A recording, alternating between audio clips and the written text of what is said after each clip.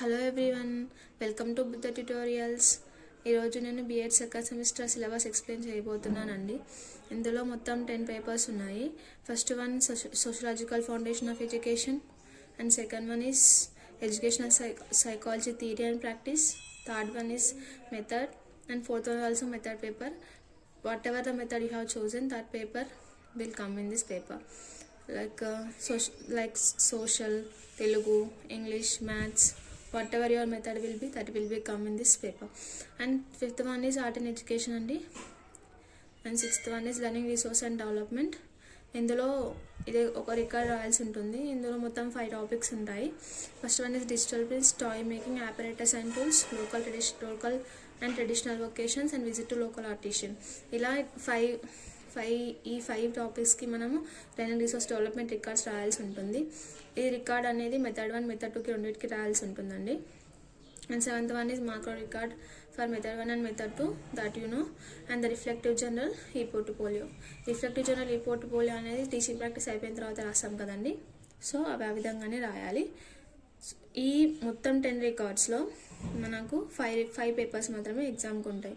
అందులో sociological foundation of education ఒకటి, educational psychology theory and practice ఒకటి, అండ్ మెథడ్ 1 మెథడ్ 2 అది content cum pedagogy of mathematics or physics or anything. 2 పేపర్స్కి మనం exam రాయాల్సి ఉంటుంది.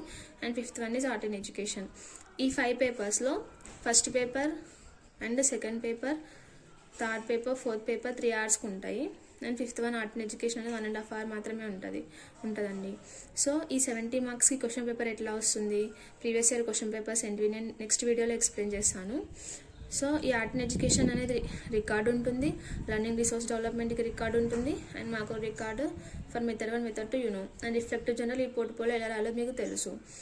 ఈ మాక్రో రికార్డ్స్కి ఈసారి మనకి ప్యాటర్న్ ఎలా ఉంటుందంటే, జనరల్ పీరియడ్ ప్లాన్స్ 5 రాయాలి, ఆర్ట్ ఇంటిగ్రేటెడ్ లెసన్స్ 5 రాయాలి. ఆర్ట్ ఇంటిగ్రేటెడ్ అంటే ఇందులో మళ్ళీ drama, role play, hot seating ఇలా మొత్తం 5 ఉంటాయండి. ఆ 5 రాయాల్సి ఉంటుంది.